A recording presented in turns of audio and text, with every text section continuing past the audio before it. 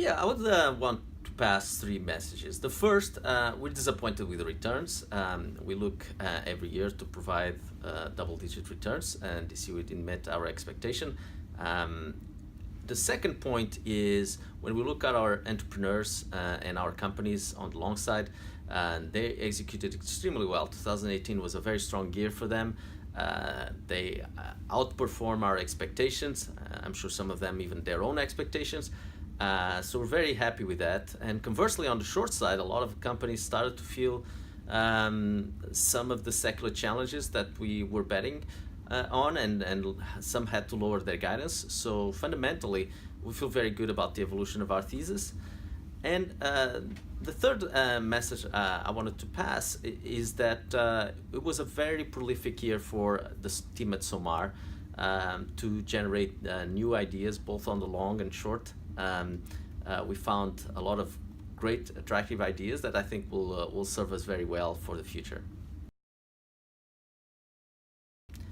We're pretty optimistic and confident about 2019.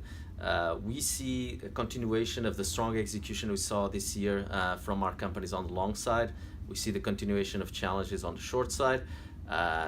We also are confident that our management teams are hard at work to continue to execute. They continue to own 15, sometimes even more than 30% of the company, so we're fully aligned with them. We like that scenario. We talk with them regularly. And finally, 2018 gave us very attractive valuations. So when we look at our long, we see them trading at 10 times earnings 3 to 5 years out. Very rare circumstances, great for the future of Somar, and we look forward to reporting on our progress going forward.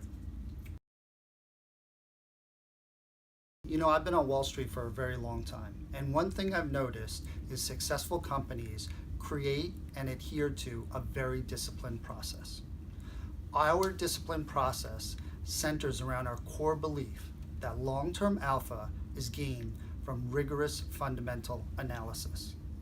Our fundamental analysis is all done in-house, and it's done completely independent of the street. Each name that we analyze is closely watched from both a fundamental and trading aspect. Pedro then daily reviews each of the price targets and uses them in building the full construction of the portfolio. This is why I'm confident during these difficult market periods, is that we have a very disciplined process that we adhere to every single day.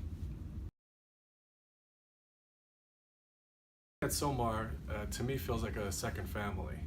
We're all part of a family, or we're a small team, but at the same time, we keep adding to our family with each new investor. We treat our investors like our family, and we're very transparent with them, and we always try to hold their hand with whatever questions they may have, and we hope to continue growing. So some investors have difficulties with some of the paperwork that is involved, and we've simplified it tremendously, where we've handheld them throughout the entire process and shortened it and gotten it done relatively smoothly, and to their surprise, they've actually been onboarded very quickly as well. So Somar is really focused on finding companies that are obsessed with improving value for their customers. So through better prices, better service, more options. And for me personally, that really resonates because I've spent my entire career helping companies big and small with their growth strategies and initiatives.